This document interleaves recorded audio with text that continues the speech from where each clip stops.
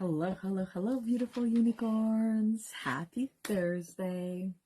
And welcome back to Get Your Shit Together, weekly life guidance with myself, Yana Kasperzak, and as your spiritual awakening core energy coach.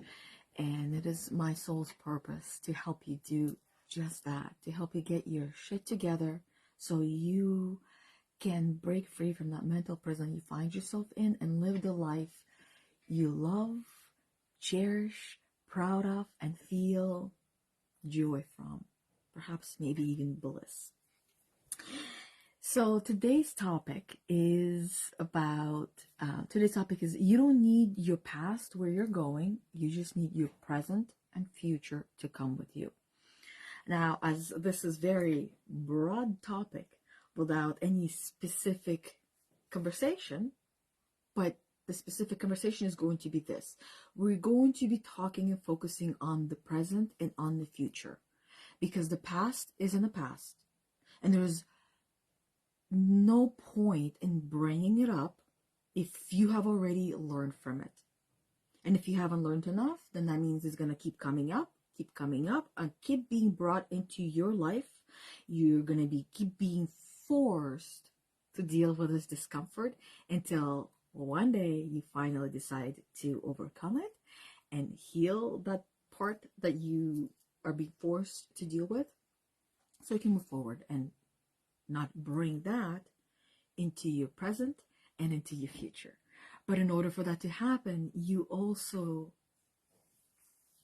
this is where it is not as black and white, where that's it. From this point on, your past is in the past, and we're going to leave it there. We're not going to dwell. We're not going to deal with it. We're not going to think about it. That's not how it works. That's not how we operate. This is not how we humans are designed. We are designed to learn from our mistakes, to learn from our past. And mistakes, there are no mistakes. All mistakes are lessons. And the only mistakes that we make is when we learned what we needed to learn from that mistake and we're still not doing it. Now that is a mistake. But you learning and applying what you learn, that is absolutely not a mistake. The only mistake is not applying what you learn, is not doing the work, is not changing, is not what you need to do in order for you to overcome this block or this obstacle, or get that answer that you want. You know what you need to do, and if you're not doing it, then that would be the mistake, right? So just to help you understand a little bit more on mistakes and how we look at mistakes in our past. So if you're still making mistakes, which we all are, in this sense, in this definition of a mistake, where you're just not getting it because stubbornness, or because you're not ready, or because some other reasons, it's okay that you have been stubborn thus far. Perhaps maybe that's not exactly what you want, and that's why you are not taking the action in that area of your life where you have learned the lessons, you have learned from your mistakes, but you're not applying it, or you're not fully applying, right? Which means that you're still learning. You're still learning, you're still going. And that's the other part of it. So is it a mistake if you continue to suffer from the lessons that you have learned, which means that you're actually not learn all the lessons? Because when you do learn all the lessons, you let go and you do the work and you change and evolve. Then whatever the mistake was, it is no longer there. So that's the other kind of concept of trying to play around with this ball called mistake, which many of us refer to in the past and continue to punish ourselves every single day based on our old, past, previous self that is no longer here, that is no longer alive. And you find yourself punishing yourself for someone who's no longer here. You've changed and evolved so many times, and you will continue to do that. So punishing yourself for your past mistakes is not going to add value. All it's going to do is going to drain you and take all of the joy and energy out of today and not bring it into tomorrow. But it takes it out of today, where tomorrow you might have less of that joy that you gave away today by giving in to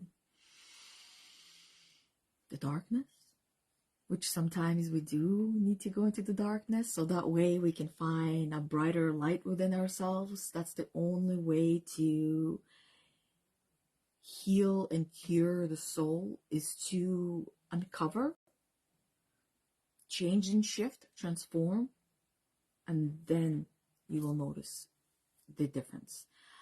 How do I start this point? I know there are many people like myself who, there's part of us that believes that we can just close our eyes, think about being healed, and then we're healed and everything is perfect and everything is done and we don't have to do any of the dirty work, that it is that easy to just be that person we want to be. And I went through the first when I just started to awaken and realize life wasn't the way that I believed it to be, when my reality, my perception was shattered, when literally just the awakening starts to happen, when there's all you have is questions and no answers, just questions and sorrow and heaviness. That was the Pandora's box being opened. And when the Pandora box opens, we can't close it. It stays open. So what we're meant to do is take each piece that comes out of this Pandora box, when it comes out of the Pandora box, and really, really, really learn from it. Sit with it, understand, what is this that I'm going through? What is this that I'm growing through or suffering through or surviving through? Whatever phrases that come to mind for you, that what is this thing? And this is where I also invite you, after you have sat with it yourself and you've worked and you've processed and understood it yourself, share what you're going through with someone else that you feel comfortable and safe with sharing these types of things. That person is going to help you through it in a way that you need help without enabling.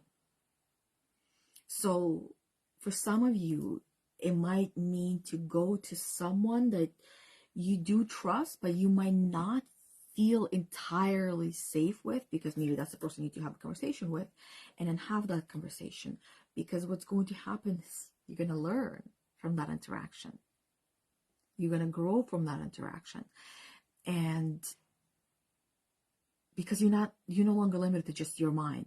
You're now bringing somebody else's mind in, and they can help you to understand what you're going through in their own way, in their own language. And that's why I will continue to, not only because I'm a coach myself, but I continue to recommend everyone to find themselves a coach that they can work with, because the best way to describe it is giving you a little bit of a background and story on why I believe it is one of the very things that can help you to feel whole while you're feeling broken. Is when I was going through my spiritual awakening journey, which I was going through for a few years. And I had quite a few friends who were coaches, but this one was specifically the one that I just resonated with. And it was like a heart and soul connection that I felt with her. So I knew, like I said, I knew she was a coach. I knew I could feel and understand the work that she was doing, because I could feel it through every interaction. And we were friends for quite a few months. And long story short, I remember there was a day where I was really broken. I was really shattered. I was really, really low. And I was on a walk, forcing myself to walk because I did not want to walk. I did not want to be out of my house. I just wanted to hide and stay in my own misery bubble, because at this point it was already comfortable. I just couldn't even see myself being happy ever again. So I decided to, while I was in the midst of really being really low, I decided to message her. And it was right away, the message was straightforward. I can no longer do this by myself. I want to work with you. And she already knew my money story was it was really, really bad. And when I talk about money, when I talk about stories and the programming and the mindset, that the mind is so creative. The stories that it creates that causes us to behave in certain patterns, certain ways, that is just, it still baffles me of how I managed to create such stories about money that were just ripping me to shreds, to a point where I was waking up, not with anxiety, but with panic attacks every morning, where I had a literal elephant, which felt like a literal elephant, sitting on my chest and on my throat, just in this area where I could not breathe. It was just so difficult. It felt like it was just pressure on me. And so she knew what I was going through. She knew what I was growing through. She also knew what she had at her disposal. So when I reached out to her and told her I wanted to work with her, because I realized I could no longer do this on my own. Because for me, and I'm hearing this more and more with a lot of women that I speak with, actually, the feeling of loneliness. And on this journey of life, when we are, those of you especially that are in this group, a lot of you can relate to this. When you're on your spiritual awakening journey, there's very few people you can relate to. There's very few people you can talk to. There's very few people you can open up to and literally pour out your heart and soul, and they hear you, they see you, they understand you, they validate you, they support you. And then they give you information of what can help you right now. So for me, it was a no-brainer to say yes, but I needed to get to that really low point for me to know that this was my only way out. This was the only rope I saw in the pit where I felt I was in, when I just could not climb out. It was just like swamp, right? And so I said yes, and I hired my first coach. And from that point on, the prices of the coaches, they have increased, because my own value and self-worth has increased. So I've been able to pay for more for coaches. And from that day on, I honestly, that's why I continue and will always, always continue to remind everyone that you don't have to go on your journey alone. And your past, even though you don't need your past of where you're going, but your past has made you who you are. Your past has brought you to where you are now. And part of it will always be there. It's like gun residue, right? I'm sure you watch enough of these shows where they're doing like detectives, they're finding clues, and I've learned that one of the things when you shoot a gun is there's always a residue that's going to be left behind. And I thought, because you don't see it, but it's left behind, and it is on you, it would be on around you, it would be like, it's one way to trace. So when it comes to the things that we have survived in our life and our past, those things are always going to be a part of us.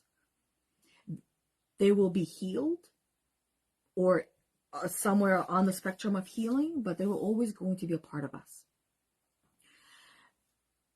Because it's just like gunpowder. It stays. It stays with you. It is part of your DNA at this point. It is who you are. It's what made you who you are.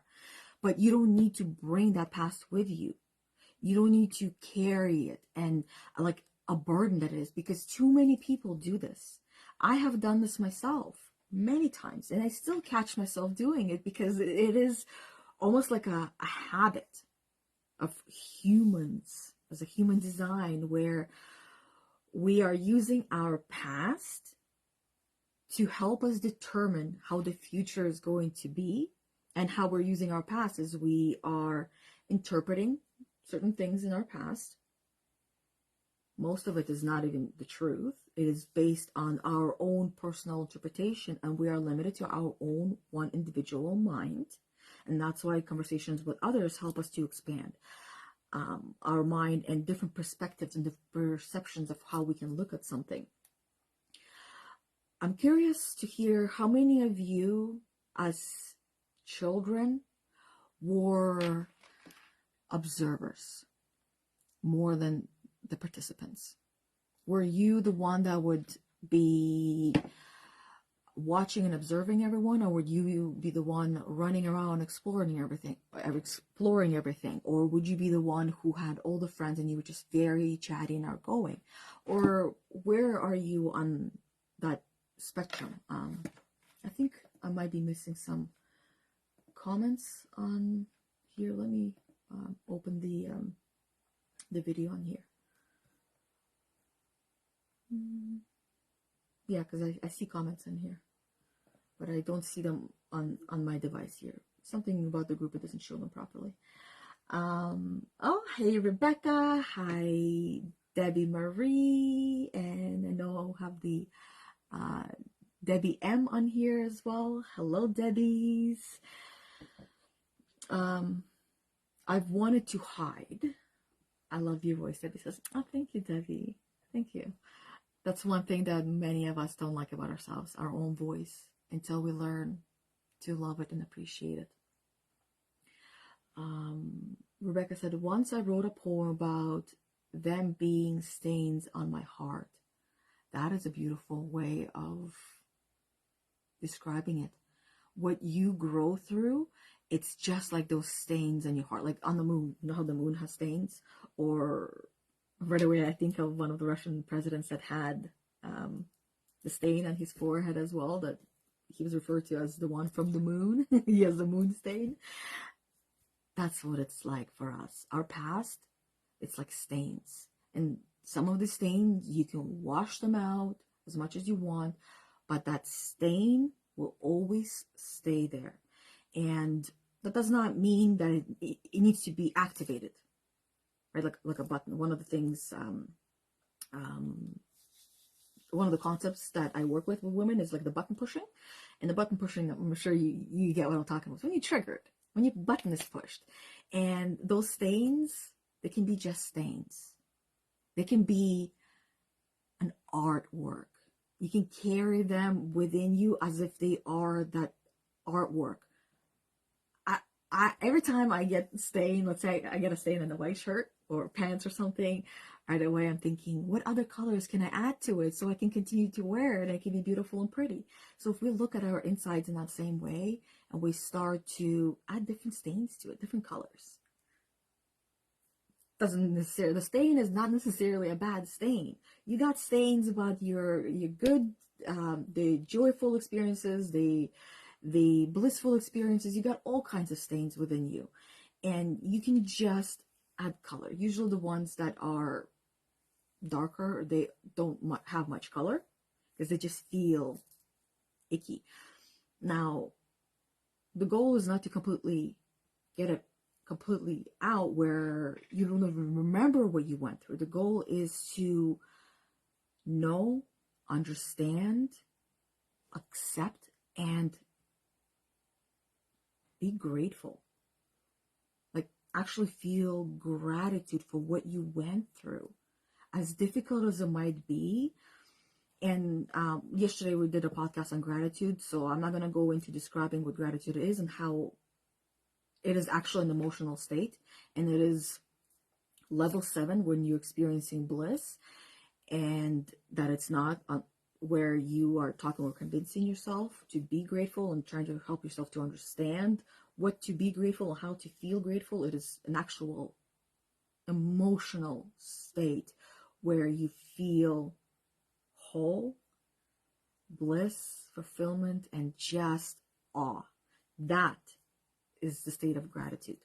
And imagine experiencing a state of gratitude, or being in a state of gratitude for one of the worst things that happened in your life.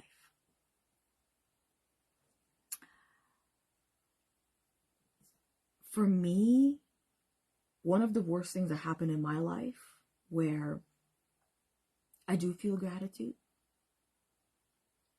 and there are moments where I don't feel gratitude with that same thing, which is normal, is the loss of the twin girls that my husband and I went through, which was our first pregnancy. We were 22 years old, having 2 girls, and at 22 weeks, we lost them. A lot of 2s in there. And numbers have always been my thing, right? That's what the universe is made out of, a bunch of numbers, 1 through 9. And I can feel true, pure gratitude for them having been part of my life in the way that they were, because I truly understand how temporary we all are, and that some of us expire much earlier than others. That's really all there is, right? All of us are temporary. Some of us don't get to experience the outside world of the uterus, while others do. Some of us live a really long time, and others live a shorter life. Some of us are here to experience a lot of pain and suffering, never having experienced joy or true pure joy in this lifetime, which means the next one it will be. So I understand, and I accept, I've already accepted a long time ago that what happened.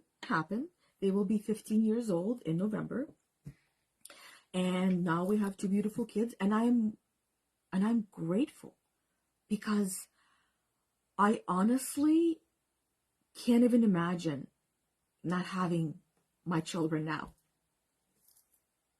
I can't, and I would not even go back and change anything I went through. So to me, I know it's possible to experience gratitude in its full capacity, no matter what you went through. But it takes work. And sometimes it takes a lot of work to experience gratitude with your past. So those stains no longer carry that emotional charge. But you can tap into that emotional charge, because if you feel called to, like I just did, I go in and I feel the emotion that I'm being offered. Your emotions are suggestions. You don't have to use them. You can switch to a different emotion. But you haven't learned how to. Or maybe you have. And some of you might think, wait, emotions are just suggestions? I don't have to feel that emotion? Absolutely not. If you don't like this conversation, you don't have to be part of that. If you don't like this experience, you don't have to be part of that. If you no longer like your job, you don't have to be there anymore. But because you have been programmed to respond or react in certain ways, that's why that's there. Let me see. Artwork is beautiful. I think that's where I left off with the message, with the comments. Debbie said that she was an observer. Yeah. So as an observer, what you are actually doing in that time, you probably already know this, you're taking in everything, and you are learning and understanding how people carry themselves. You are taking the time, you took the time to understand humans, how their behaviors, how they carry themselves, how they present themselves, perhaps maybe how they think. So how you were as a child can help you to understand how you're going to be as an adult as well. So those of you who were more of observers and didn't really speak much and were quiet, like myself, I was kind of like in between. I was observer and participator. I didn't really talk much, but I wanted to explore, climb, and I had a lot of energy. So I did a lot of those, but with other people, I was more of an observer, and I never chased anyone. No friends, no boyfriends. I've never chased anyone, and now I've learned that is actually my human design. My human design is for people to come to me and for me to respond to them. And it has worked for me. And every time I had chased people, it always just repelled them. Not all of us have that skill to know how to chase. I just never been my thing. So what happens is you're watching, you're observing, you're learning, and you become more like I call it emotionally intelligent, because you are watching and observing their emotions, and you're interpreting them and helping yourself to understand them based on how you understand the world and perceive the world at the age that you're at. Okay, and Rebecca says, as a young child, I was an observer. When my dad passed away, I was 15 and my life changed, and I became a participant, running around trying to fit in somewhere. That's tough. 15 is such a ripe age, and I know we talked about what you went through with your dad as well, and all of that. That is a massive drastic change where you went from an observer to a participant. And you know what? I think for me, at age 13, I had to become a participant when we came to Canada. And I literally, like, there's so, it was traumatizing coming here, the way that we came, but traumatizing in a way that I don't remember much of it, because that's how miraculous the body is. It hides it from us in a way. The body remembers, but it hides the memories from the mind, so we don't remember the actual story. So going from being an observer to now I have to be a participator, and I have to be a contributor, and I have to do this and this and that. That is hard, and it's challenging, especially when you're grieving the one and only father. No matter how good or bad the parent is, grieving is still grieving. It still hurts to lose those that have brought us into this world.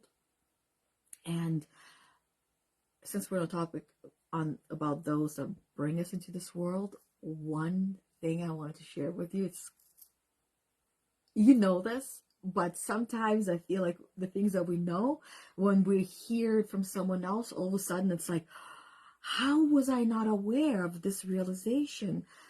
And how is it that, like, I knew, but I didn't know? Anyway, so you know that the only blood that gets passed down generation after generation is that of your mother, is the female blood, not the male.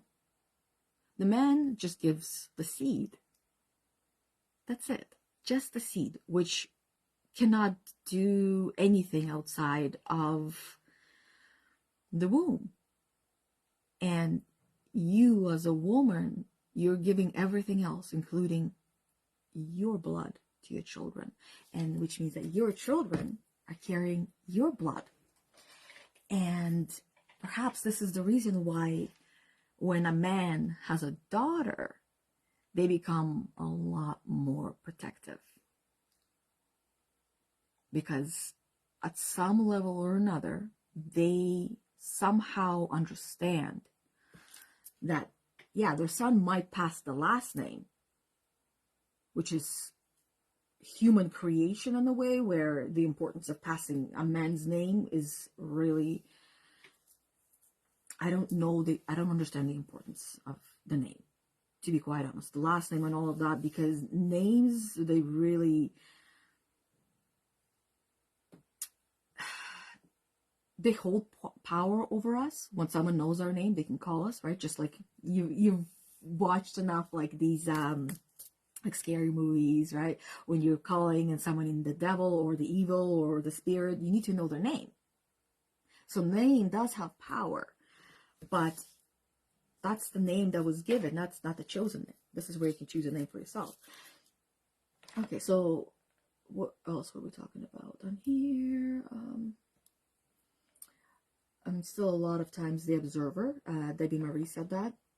Yeah, me too. And introvert, right? How many introverts here? Put your hand up. I'm a total introvert with extroverted qualities. My husband actually said to me, he goes, when we met and we were hanging out, we were dating, he thought that I was very popular. He thought I was popular, that everybody knew me. I'm just like, no, I didn't care for people, because people were on a different dimension. I feel like most of my life, most people have been in a different dimension, and I have been the alien and not been able to communicate with people. And that's why the moment that I found someone who could help me, not only help me, but also speaks my language, I took advantage of that. Why not? Then Debbie Marie said, artwork is beautiful. Well, yeah, create your own artwork inside of yourself and look at yourself as the beautiful artwork that you are, without putting yourself down, beating yourself up. And then Rebecca says, I became an observer 6 years ago. And keep skipping. And painting becomes part of the piece, Debbie M said. Yeah. Because we just continue to add to the art piece that we are, little by little, little by little, and it becomes one beautiful artwork. Love it. Your emotions are suggestions, Debbie Marie said. Yeah, the emotions are suggestions. We don't have to respond. We don't have to use that emotion. We can use a different one instead that feels more comfortable or more familiar. Yeah, that's it. I think that. And then Rebecca said that she's an introvert. Yeah, I have a feeling this group is full of introverts, where we all have extroverted tendencies or qualities. But if you are an introvert, that means you need a little bit of more time for yourself to tend to yourself, to tend to your needs, to take the charge out of those things. Other than that, I believe that is all that I have for you guys. I would love to actually invite you to, so one of the things that right now me and the girls are doing, so Anna and I are doing, is market research. And we decided to really go in deep into our market, which is you ladies in the group, and to start asking you to help us out with the market. And the way that I want to do this is actually through conversation. I do have a link to a quiz that you can fill out and help us with the market research. But the reason why I want to have a conversation is because you can help me understand so much more through conversation when it comes to, what the questions will be, what are you really struggling with? And you can help me understand through conversation, what are you really struggling with? And what do you want to get out of the struggle? What do you want to walk away with? So we can put something together for everyone to go through and help them with this specific thing that they're struggling with. So that's where our market research comes in, to make sure we're also giving you guys all the tools that we can possibly give you in this group to help you through what you're going through. Really just understanding how can we help and serve you better and better and better. And through conversation is the best way, right? Because this way I get to know exactly what you need, and through your language I can help to hear exactly how I can help you with that, and then bring that into the group. That's it. So if you are interested and if you are down and open to have this conversation with me and help us with the market research, then send me a message and we will do that on Zoom. And we'll have a little chit chat. Maybe you can have coffee or tea and get to know one another if we haven't already. And even through the questions, we'll get to know one another. And that's it. And then hopefully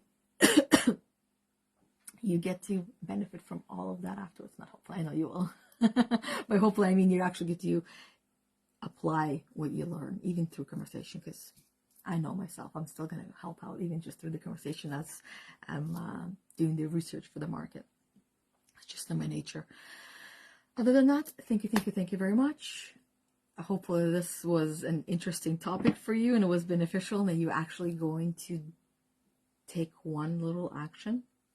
And I would love to hear what that is, what that one little action for you that you're going to take today to help you to move yourself forward into whatever version of yourself that you're moving yourself towards, that you're working towards, that you're growing towards, that you can't shake off the feeling of, I am that person, but I just need to change this outfit, and figuring out what outfit you need to change into. So that is all. Thank you very much. And until next time, I'll also see you guys on Monday at 11:30 Eastern Time live for the hashtag card reading in this group with some other deck of cards. Maybe I'll pull out a new deck of cards that I haven't used yet. Well, maybe I'll sit with it first, warm up, so that way it's familiar with me and with you guys for Monday. Okay, until then.